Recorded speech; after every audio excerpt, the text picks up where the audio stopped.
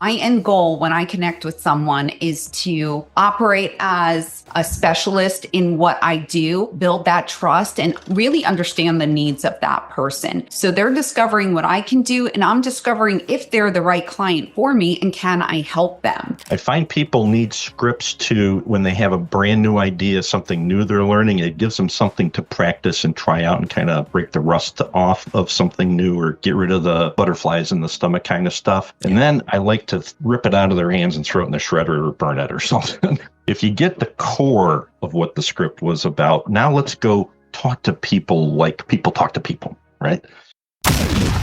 You're listening to the Real Business Connections Network. Real Business Connections Network. Powered by Balbert Marketing, LLC. Subscribe now and check us out at realbusinessconnections.com. Enjoy the show.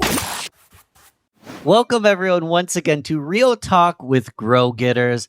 These are kick-butt panel discussions for growth-minded go-getters. I like to consider myself a grow-getter. I also realize that I don't know everything about every topic. That's why the goal of Real Talk with GrowGetters is to surround myself and surround you, the listener, with peers that are looking to grow in different ways every single day. And today we're going to talk a little bit about sales. We're going to talk about business development in 2025. I have two friends that are experts at this specific topic. And instead of boring everybody with my butchered bios, I want to give you each an opportunity to introduce yourself. Starting with Darleen, say hello and introduce yourself to the audience. Yeah, well, thanks for having me, Ben. I am the Director of Business Development for Peachtree Versatile Assistants, and I also have my own sales coaching and strategy company where I help entrepreneurs develop a sales strategy so they can authentically sell their services.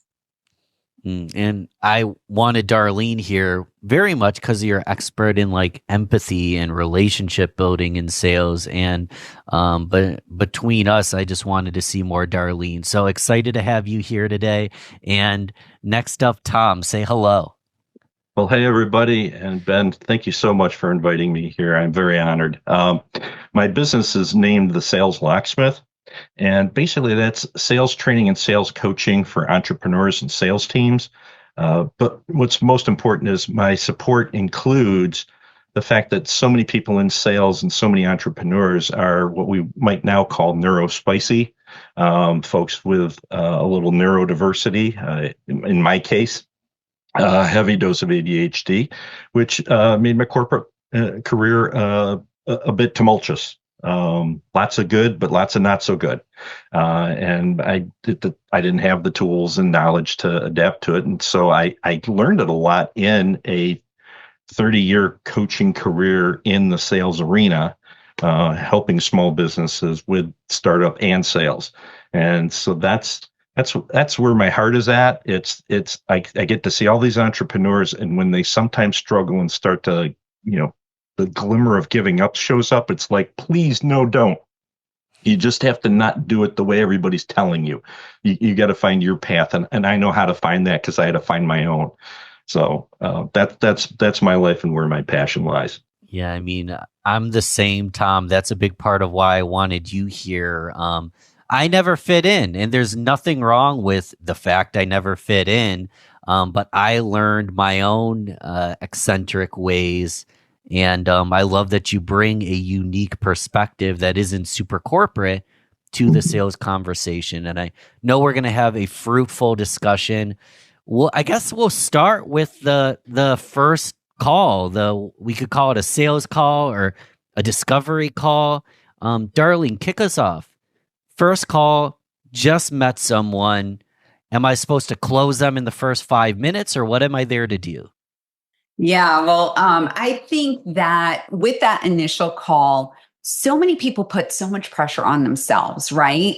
That they have to get out everything, get their value props, what they offer, what they can do, all of that type of stuff, learn what the client wants, and then close the deal all in 30 minutes. And that is really, it's just setting yourself up for failure. And it also it changes the energy of the call. If you're going in to close a sale on your initial call, now people love to do that. I've been in sales for 30 years. That's, it's wonderful when you can do that. But if it's forced, everybody feels it. So I like to just have a discovery call. Takes the pressure off of that. What is the end goal? My end goal when I connect with someone is to operate as a specialist in what I do, build that trust, and really understand the needs of that person. So they're discovering what I can do, and I'm discovering if they're the right client for me and can I help them. And at the end, you can always follow up and do other things. But when you're just putting that pressure on, it really makes a big difference. Mm. Can I actually help them? It's a two-sided interaction there. Absolutely. I wanted to piggyback onto her comment about the, near the end there about the, fit between you and the client, because reality is a lot of time there's not. Far more, we all think we're, someone's interested and therefore we should find a way to make the sale happen because there was something positive I could put my finger on.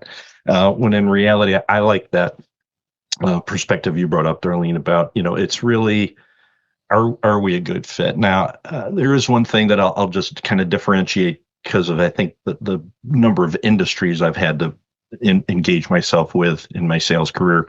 It's if the potential customer kind of knows what things are about, if I'm selling a thing, right, like a copier, or let's say I'm in a fairly simplistic software tech world that's somewhat common. It's the next version of something that's been around for a while. Those conversations, I do encourage people to have an expectation of you should at least figure out if there's going to be a fit or not fairly quickly. So, what you were talking about earlier, Ben, was, do you do, 30 minutes and get the sale? Well, actually, sometimes in that realm, you can. Sure. Right. But that's not the majority. Most of the people I'm working with are usually professional services or have some kind of unique set of expertise or technical skills where there's a fair amount of complexity to, getting the deal, well, not the deal done, but in actually providing the service. And so that, because there's some complexity built in, uniqueness, lots of issues. You'd mentioned, Darlene, about trust. So many issues around trust when you're going to bring an expert in. Is this the right expert? How do I know? I'm feeling, the buyer's feeling a little vulnerable. So there's so many things playing around there that does take longer. That you should set up that first meeting with an expectation of a longer amount of time and not, I like telling people up front, this is the figure out fit call. I'll use different words, but the theme is this is about figuring out even if we have any kind of a fit. Otherwise, let's not waste each other's time. Let's go back and do the things we do well. So I like that whole aspect of, do that first and we'll worry about all the other details and the selling and when am I going to do a proposal and pricing, and, that'll be second meeting. And to your point, Tom, there's transactional sales where you're selling widgets, right? Mm-hmm. One and done type of thing. That is a different, I think really what we're talking about probably to your audience too, is the service-based one when you're building relationships versus transactional. So I think that is where that divide comes in. Absolutely. Yeah. Yeah. And I'm just going to put an exclamation point on that clarification. So this podcast isn't specifically for someone who's doing like a direct sale of a $97 product that they're just selling them as quick as possible. This is more for someone who maybe has something more premium, something long-term, where the lifetime value of that partnership, that client, could be thousands, if not tens and not hundreds of thousands of dollars. So we'll focus on that. So both of you agree that I might want some money, but I probably am not going to try to get it on the first call. Mm-hmm. Another point to that, Ben, is that a lot of times when you are dealing with those longer relationships, people get excited in the beginning, but they're not thinking it through. It's like going into, getting a car and then having buyer's remorse. So you want them to have buy-in and you want them to have understanding and really take that time to digest the information and really be fully on board, because that is where they're going to benefit from your service and you're going to have a long-term client. So sometimes hitting that pause button, even when they're ready to jump, and just giving them a little bit room to make sure or ask more pointed questions to really ensure is a better approach for those long-term relationships. I'm going to keep this theme rolling. Please. Because it just another thing popped into my head about, I'm a little bit of a greedy guy by nature. I am looking for signals that says, is there something meaningful we can do? A meaningful decision. Let's call it that. A meaningful decision we can make in a fairly short period of time that helps us keep moving forward. And I have a number of clients where, and it even falls in my own world, where even though the bigger, longer term relationship, that needs time to evolve, multiple meetings, those kinds of things. The trust building has to be pretty high. But I'm finding that there's a number of times where in that first meeting, not going to probably be in the first 30 minutes, though, reality, but possibly in that first meeting, it may make sense to say, I need to do a study. I need to do some kind of evaluation. I need to do some kind of analytic work. And I don't do that for free. All right. So in essence, you did have a transaction occur, but it was it was for the continual knowledge sharing and understanding and the comfort of, are we all on the same page? And, is this really meant to be? So there are relevant points. I get that from a lot of like engineering oriented people. They want to, get asked to go do some analysis work, and they'll go, "Oh, I'll do that for free." And then later on, they're like, "Boy, I really hate doing all that for free."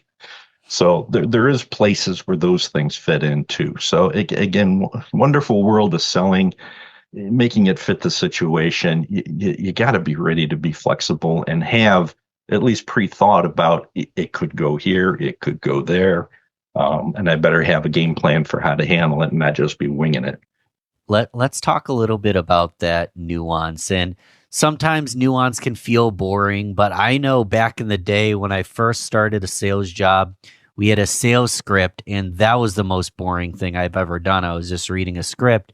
And I know, Tom, you talk about this a lot, navigating your approach based on the personality of the person you're with. So I might have a system. I might have a playbook. I might possibly even have a script or a general framework I follow, but is it fair to say that I need to be reading the room? This is kind of like a nuanced social skill and adapt based on the personality. Like, how do you do that kind of thing? Yeah, I'm absolutely big on that. A framework. I find people need scripts when they have a brand new idea, something new they're learning. It gives them something to practice and try out and kind of break the rust off of something new or get rid of the butterflies in the stomach kind of stuff. And then I like to rip it out of their hands and throw it in the shredder or burn it or something. If you get the core of what the script was about, now let's go talk to people like people talk to people, right? That's the preference. But sometimes you have to start there, for the baby steps. And if I like your phrase, reading the room. There's so many tools out there that teach us about communication skills, communication styles. In my corporate life, I was the guy in charge of all the assessment tools, and we would analyze anything and everything that would come up, and it would land on my desk. So I've seen literally hundreds in my days. I'm not saying it's the greatest in the world. I just found for my comfort zone and my ability to execute, and that's what matters. Can I execute it, right? Not which one's best, right? I've learned to get rid of that perfectionism thing. So what works for me is DISC. All right. Now, some of us and some of the listeners may not know DISC, but DISC, and it just tries to take people's communication habits and try to give them some labels so that you can recognize the style of person you're talking to so that you can adapt and talk in a manner somewhat similar. Those of you who know me, I'm by base a high I and a high D, and you don't know which Tom you're going to get on a given day. You'll either get the talkative, friendly, let's go party, you asked me to go do something. I may have had another commitment. I'll forget I had another commitment, and I'll be like, yeah, I'm there. Let's go. So that's the crazy I that's all over the place style. And the D style in me that you might get on another day is like, all of a sudden, it's like, why is he so dogmatic, so black and white? Boy, he's inflexible today. I like the other one. Where'd the other one go? All right. So, but other people tend to have blends. All right. And so, do you know whatever your favorite communication, style is, system is that you like to use? Do you know it well enough to notice all the little blends of people so that while you're talking, right, you phrase a question a particular way or you make a comment in a particular style and you notice they react a little oddly to it. So, can you listen enough to how they reacted to go, oh, okay, they're more this other type of D person who is now these D style people, these dominants. They basically want the world to agree with them. They're going to be right. And they want that agreement, but you better have a little something to back it up, right? A little bit, right? Versus the C compliant people who are like analysis paralysis would be the gross overstatement, all right? But I love my C type people because when I'm driving on a bridge in my car with my family, I don't want a high I like me having designed that bridge we're driving over. That bridge may not be too stable, right? I may not have done my job as well as I really should have, but the C who's going to follow procedure, get it right, they're going to be absolutely spot on. So you just got to be able to know things well enough to know whether you've got a D in front of you or a C in front of you, because they're both going to have a need for some data and information, right? But how you talk to them is different. What the next step might look like, right? Here just a few minutes ago, we were talking about how fast sales paces may happen and what kind of transactions may occur. I'll tell you what, if I'm in front of a C style person, I know this is going to be a little bit lengthy and multiple step process because they're going to be thorough. They're going to want to confirm and get supportive data. And in the end, this is where communication skills really come into play. Does your communication skill, whatever your favorite is, does it tie to decision making in any way, shape, or form? Doesn't have to be fantastic, but it needs to have some tie-in, is my suggestion. So I know that a C can get into that analysis paralysis. If I'm talking to accountants and I'm talking to engineers about doing some work, I know that I am in the danger zone of them never finding a way to get comfortable taking the risk of a decision.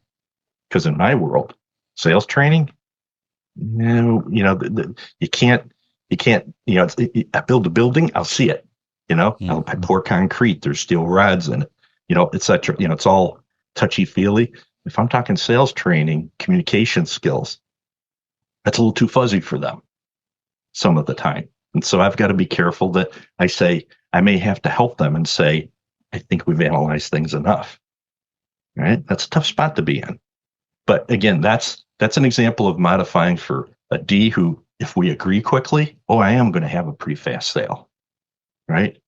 If I'm an I got to make sure that I don't go down the rabbit hole of the two of us becoming best friends and we totally forget about why we even had the meeting.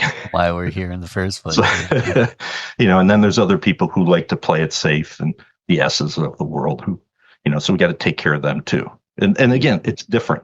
So I have a framework. I've got to get decisions. I've got to know how they treat risk, right? A D, risk? Nah, I'm making the decision. I trust me, right? The C? Well, I got this pile of data that says it's going to be okay. Okay, I think I'm comfortable enough finally making that decision, right? And the S is going to worry about, well, how's that affect my team, all the other people around me? So that's where... Again, your framework says I have to have enough information so I know how they make the decision, what's key on.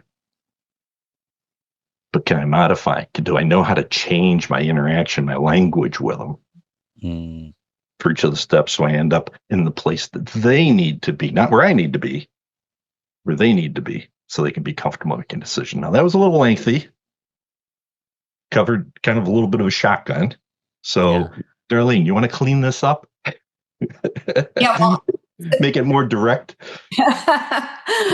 I do agree with you as far as the sales script. I always tell my clients, throw away the sales script, know your talking points, know it inside and out.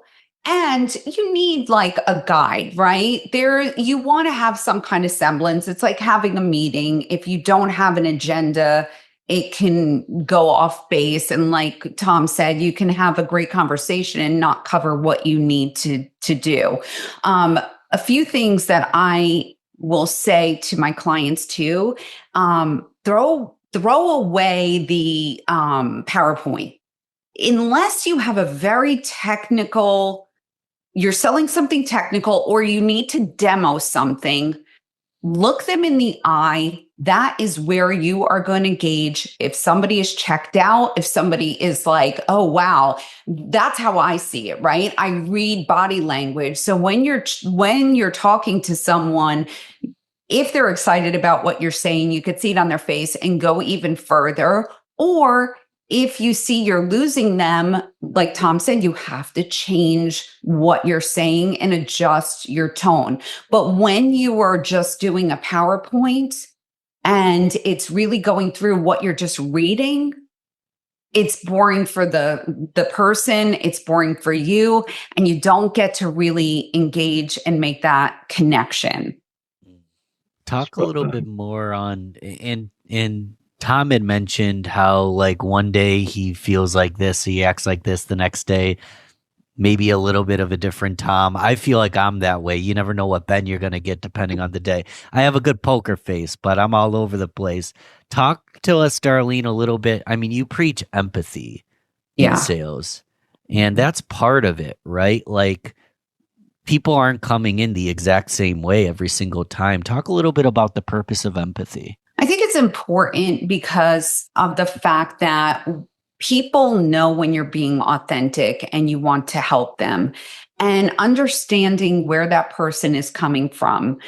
With my virtual assistant services, every single person is overwhelmed, but not everybody is in the same place. So really understanding and empathizing, or they may love the service, they don't have the budget, right? So I am really, at the end of the call, if I am not the right service, I will hand them off to someone else, because truly I do empathize with that entrepreneur that's overwhelmed and needs help, and you need a starting point. So I think really understanding what has worked in the past, why they may not be so excited to start with you. But like, with sales coaching, I speak to so many people that have spent thousands and thousands and thousands of dollars on coaching only to feel bad about themselves and to be frustrated or to try to follow. And I'm saying that, and I can empathize, because during my sales career, I would take these courses and think I'm doing something wrong, because being empathetic and kind and active listening was not part of it. It's like, you have to follow this pattern and you can make six figures in the next month. And so understanding what their history is, where they're coming from, and really addressing those concerns, right? Everybody has pain points. Addressing pain points only to put fear in someone is, to me, that is a shady way to do business. Could you close more business? Probably. Could you put your head on the pillow at the end of the night? I can't. So really understanding where they're coming from and truly empathizing, saying, I was in your shoes. I was that person taking those courses and nothing was resonating with me. All I did was feel bad about what I was doing, when what I was doing was actually more in tune with what I needed to do. So I think that's what's, the important part. Even when I was talking about putting empathy on my website, a good friend of mine was like, that's so weak. It sounds like you want to be like the strong closer or what, whatever. And I second guessed myself, but I was like, I kept going back to that's truly what I do is empathize with my potential clients and share how I can help. Tom, I see a lot of nodding. Yeah, because it's the part of all of us in selling. In selling well, it's when that person gets to experience the genuine us.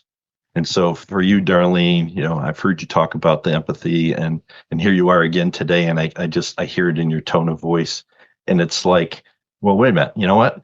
I do sales coaching, you do sales coaching, but you know what? I mentioned I slipped in a couple times here. If you play it back, that some days I'm a little bit of I want to go get it, and it's okay. That the people that where they are today, if that empathy is who they are, and that's how they relate with the world, and that's how they've been accomplishing things. Well, good grief, go connect with Darleen. Come on, you two are going to connect like hand in glove, and it's going to be a great marriage. Give me the people a little more rough and tumble, clumsy. You teach them something and they forget it almost instantaneously, and they got to be reminded again. Well, those are my people. Just had a meeting not too long ago where a lady just found me and just said, you know what, I think I need coaching, and then she was in that stage of trying to figure it out. It was early, and you've had those, Darleen, where they're really early thinking, maybe I don't know if I should. And by the time I got done talking, the thing that was going to be best for her was to find another female, really more of a mentor, is really what in the end we discovered she really needed. And so to be able to connect with somebody, whether it's empathy, trust, somehow all those things kind of all play together. I was glad that I could get her to some place that, was going to be her best solution. Yeah. And I think that's so important is no matter what our services are, right? If we're not the right fit for them, there's plenty of people out there. But what's funny about the empathy, it does sound like all like kumbaya. And like, if anybody knows me, they're probably I'm a little bit of a hard ass, right? I'm from New Jersey. I'm a straight shooter. I don't coddle people. I can empathize with you, but I don't, I really push them to be the best version of themselves too. And I fiercely want what's best for my clients. So sometimes that means taking a hard stance, and sometimes that means, pushing them out of their comfort zone and different things like that. But you could still have that empathy and compassion without it being weak as well. Right. Yeah, absolutely. Absolutely. I want to roll back for a little bit. Just, I think it's just a little bit of our differences in background, and so I think we say similar things, but just with different words. And when I think of what's supposed to happen during a sales call, I do want my clients to make sure that when it's time for them to describe their things, that they've got them down, solid and succinct. But in terms of the sales process and moving it along its different phases, there I emphasize there's certain information you need to have, almost like a monopoly, don't go past go, don't collect $200 kind of a thing. Did you get this information in this phase that really, in that first meeting, uncovering needs and so on and so forth, did you really get there? Did you get to a place where it's like, is this a kicking tires, I'm learning phase, and so I'm the first person there, and they're learning off me, but this is a someday down the road thing? Or, is enough history happened that they're like, you know what, I can't put up with this anymore. It is time to take action. I'm just not sure who I'm going to use. So now I discover I'm part of a little bit of a mini cattle call, maybe. Or if maybe I can build enough trust, they might just say, you know what, I don't want to do the cattle call with all of its uncertainty. You made me feel the right way. I call it making sure they feel understood. Did I really listen to them? Not how well I got them to understand me. My wife taught me years, and Donna, I'm going to get officially out into the universe. Donna, my darling, taught me years and years ago a great phrase that has served me so well every time I get a little up in my chair, and that's Don, nobody cares. So nobody cares about you and how awesome you are and your background and your resume and all the cool things you can do. How about you only talk about the things that they care about? And it's like, yeah, okay, thanks for the reminder. So, it's good stuff. People working and connecting with people. It's a beautiful thing. I've heard trust come up quite a bit, and I think that's a important topic for us. I want both of you guys to dive into, because I think we have a serious epidemic with trust. We can go on a long tangent, but with AI, everyone's a content creator. Everyone has a product. People look way prettier than they actually do. People are way better writers than they actually are. A lot of us are in industries where we don't have broccoli that tastes like cheesecake. We don't have the best thing since sliced bread. So possibly we could just be considered as a commodity. And if everyone has the same thing and trust is at an all-time low, let's assume they already know who you are and what you do. That's why you're talking to them. They like you because you have empathy. You're having a conversation. You're meeting their personality. They still might not trust you, even with those first two. So we'll start with Darleen, but I'm going to hear with both of you. How do you bridge that gap and ensure trust? Because Tom had already kind of hinted at this. If we don't build enough trust, they still might enjoy the call, but then just go buy from someone else. So talk a little bit about trust, Darleen. So I think and I know you do this, Ben, is client testimonials speak volumes. People that you worked with, they want to share how you've helped them and support you. And that really goes a long way, because these are real life people that have been in this person's situation, experienced your service, and really had success. So that adds a lot of weight to what you do and your credibility, right? Like social proof of who you are. Also, I find I like to give value.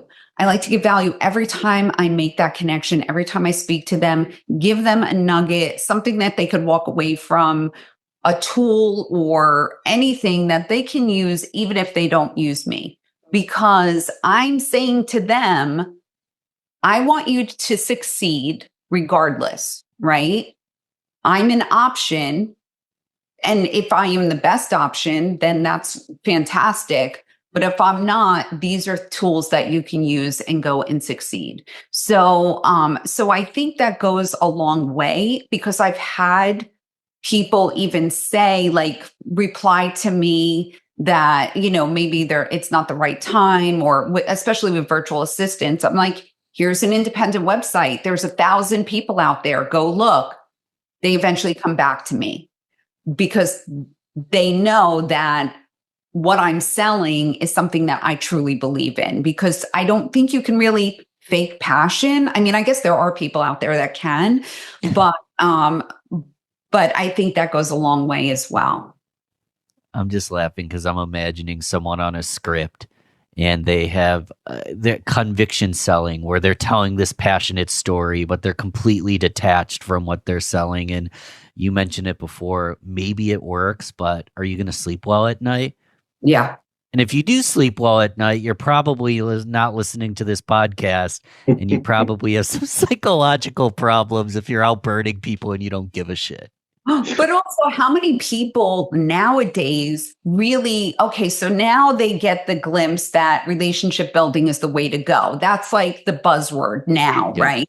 So then they start a relationship with you, and then you're not interested, and it's like crickets, or they, then turn into that hard sell, or they're like, oh, I just want to have a virtual coffee, and all it is sell, sell, sell. So I feel worse. Like, at least if you're going to just pitch me and want to be done, come out of the gate authentic and just say, I want to just share with you what I do. If you have 5 minutes, that's it. If not, move along. But it's the people that try to woo you and then turn into that transactional salesperson. It just bugs me. I'm gonna pass it to Tom in a second, but I just want to put an exclamation point on like how much, like, keep it freaking real, because I know personally I love connecting with people. I don't really even jump on sales calls. I'll just chit chat with someone, try to help them. Maybe it leads to sales. I don't do much selling. And when I feel that they're taking me through this path, but they're not being real about it, and they're doing like some sort of trickery, like, we're going to do this, then we're going to move to this, we're going to move to this. Like, I actually don't have time for 5-hour long chit chat calls. If you're going to sell me some shit, just sell me it. Yeah. Now, that doesn't mean just come out and try to sell me right away, but have your intentions clear and be authentic is what I'm hearing. Yeah, absolutely. Tom, I said I'd pass it to you. Trust. Love that. Because obviously I have low trust in people. You can tell. Well, yeah, all of us have the experiences, and it's like I now have a visceral negative reaction to any and all things where the person comes out and they've got that strong, kind of pitch voice of success, and and it starts right from the beginning. And so I'm 15 seconds in, and I'm like, click out, done. Now you might have been the 1 in 100 who was really genuine, and that's who you are. But I'm sorry, I'm going to lose you in all that noise, because that doesn't fit me. And that's the other part that's nice about the world and in sales and people and it plays right into building trust. You're going to build trust with people who are quite a bit like you in many retrospects. It's just it's part of human nature. Where am I going to be most comfortable? Well, people like I normally hang around with, and interact with. So, but I like Darlene's things. You've got things that people can go to for outside validation. You got to have those elements in there. I look at trust as a form of intimacy. That's just how I set my mind and think about it. And I mentioned it just briefly earlier, but I'm really strong on am I engaging this person, and is this conversation going along in a manner that they're feeling understood? Now, feeling understood doesn't mean I understand the tactical nature or the external nature of the thing they're talking about. Do I go the next level, and have I probed a little to make sure that I also understand how meaningful it is to them, how they're relating to it? Does it relate maybe to something else that happened once before? It's almost like I need to put things in context. If things are too superficial, I just mentally have a hard time following and sticking with it. I'll get lost along the way, and eventually I'll have a foot and mouth moment, because they'll be like, "Weren't you listening?" And it was like, well, it was too general. I couldn't connect to it. And so luckily I have a little bit of just a nature that takes me down that path, that I really want to know what it means to them. And then I got to be careful, but there is going to be something, a way I respond, that is not just the parroting back that says, "I heard you." That's really important. You got to do that. But now you got to do the I understand, because that's where you need to, in your whatever you're gonna, like, if you're gonna use a mini story or something of your own experience, whether it's personal or a client, where's the emotional element that ties to the element that they just shared? Where they kind of open their kimono a little bit and expose a little bit of their feelings about the topic. And so all of a sudden, when they're engaging you, and the way I try to measure if I'm doing good or not is I'll notice that if I think I've done it once, what happens in the next question? If they go superficial and stuff, it's like, oh no, okay, that didn't really hit. I need to pay more attention. I may have started to make assumptions too fast. And so I need to just I'll use your words, Darlene. I better pour on some more empathy, genuine. I better care, about what's going on here, because that didn't work. Right, that wasn't being accomplished. But if the next thing you bring up, they more quickly go to the sharing in some vulnerable component of the story, then it's like, okay, I'm making them comfortable enough to share a little bit, a little peek into the inside. And that's my tipping point that tells me whether I'm in the right place. Am I really connecting in the right way with them? Not manipulation, but again, it's at the goal. What's the goal? Do I understand you? Can they say Tom understands me? He gets me. He understands what's unique from my perspective, and that's a tough thing to do. I don't always pull that off well, but that's the goal. That's what we're looking for. Did that give you? That's 100. Key? No, Oh, that's yeah. And it did, Tom. yeah. It sounds like there's a lot of iteration. We can be doing this for 5, 10, 20, 30 years, and we're still learning and iterating all the time, is what I'm hearing. Mm-hmm. And I think even within each sales call, you're learning. Just as Tom said, you're learning how people respond to certain things and how to really navigate those conversations, because each one is unique.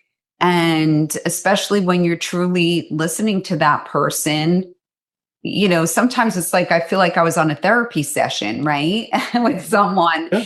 And that's okay, because when you're overwhelmed and you just, you need help and you've tried different things, it's nice to know that somebody understands. So I learn stuff from my clients all the time, and that's the beauty of it. And then there's the flip side there. It's the because I've admitted that I fall off my own wagon now and again. What I notice is, and it happens to my clients too. Always easier to see it in your clients than in ourselves. But it's the you have a series of successes. Things kind of go pretty smoothly. You just seem to connect right. You got good referrals from good clients. Well, naturally, there's a certain bridge that's partially already built there. And so you go along, and then you meet that person who doesn't have that history. Now, maybe they came in through your marketing, or they saw you do a talk someplace, and you've got to you kind of forget that you got to start from a different place. Right. And then you kind of get all done, and you kind of go, oh man, I didn't really give that person my best. Yeah. I got a little lazy because of the rhythm of what had been happening recently. And it's like, darn it, they didn't really get the best of me. And that's part of the truth of the world and people as well. I see you smiling, Ben. We've all been there. One thing I've actually done is the scenario, I'm not going to give it away for the disclosure of the client, but I was like, Tom, I came in, my energy's all off. I came in all hot and heavy. Can we take a few steps back? I haven't been listening. And literally in my case, just pointing out my own struggle, the elephant in the room, diffused that sales energy. And then we got into conversation. So that's why I was smiling, Tom. And I'm looking at the time. We only have time for one more quick topic. And really? For that final topic, I think we'll discuss one practical thing to do on our next discovery call. And before we get to that practical, you can give us each homework, give the listener homework for one practical thing to do. Before we get there, tell us how to serve and support you. So we'll go Darleen and then Tom. Darleen, how can we follow up with you, spend some time with you, learn more, the whole shabam? Yeah, connect with me on LinkedIn. I am always there. Do not try to sell me in my DMs.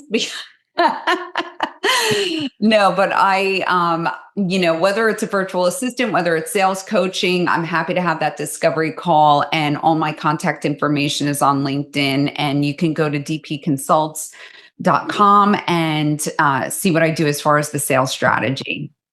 And I'll make sure it's all in the notes, but Darleen on LinkedIn, Darleen Priday on LinkedIn, dpconsults.com. It's all right there.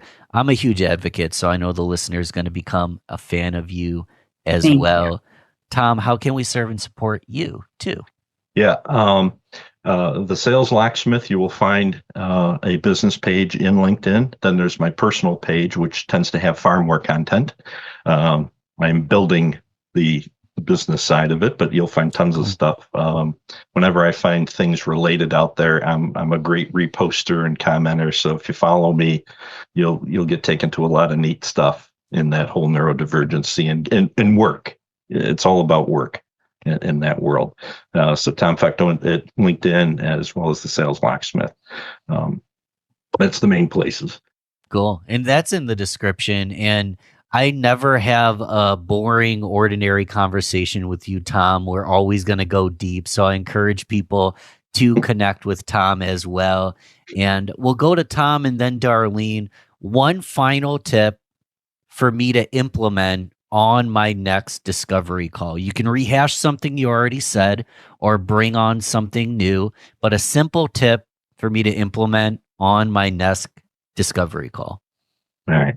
I'm going to give something that is like the first little drop of something to fill up the glass, trying to build trust.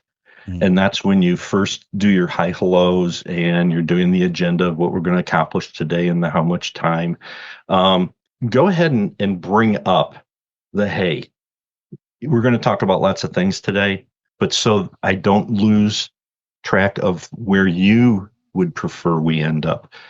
If this was a great meeting and we were really connecting and getting the kind of exchange of information you're really hoping for, what kind of decision, next action, or what would be going on at the end of the meeting if this meeting went well?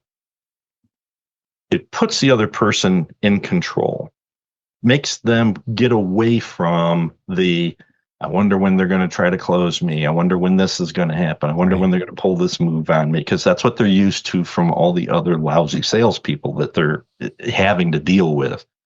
All the, what's the phrase that you have used there? The pitch slaps that they get. My two favorite are pitch slap, and that's generally when it's just a cold DM, like this is intrusive. And the other one I love is commission breath, where I can just smell that all they want is commission.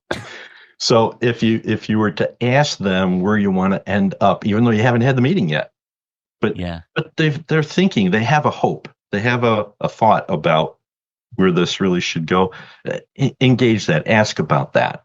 And if they don't have a good response, it's okay for you to say, well, here's where it would be a good meeting for me if we ended up here. And that's okay too. Again, that way it's the no surprises. It's trying to get rid of that, wondering what's about to happen to me. What is that person going to do to me? Tries to get rid of that, take that off the table. So if you could get comfortable, it's weird. It's a little weird the first couple of times you do it, talking about something that hasn't even happened yet. But it works phenomenally. So here's my share. Darleen, you get the final word. One actionable tip for our next discovery call. One of the things that I do is I ask them, what does a win look like for you? With whatever service, because sometimes it varies a lot of times it varies. So one person may be wanting sales coaching because of X, Y, and Z, or they want to grow their revenue, but you can't just assume why they want it. So asking them what a win would look like really helps you gauge if you can truly help them. Like that. I wish we had another 45 to an hour. You're both in the GrowGetters only community, so I get to see you all the time. So I'm going to continue to support both Tom and Darleen. If the listener hasn't met either of these two yet, this is your call to maybe reach out to them and say hello. And thanks to both of you for doing this panel with me. This was fun. It was a blast. Lovely. We'll guaranteed talk soon. So looking forward to it. Thank you so much.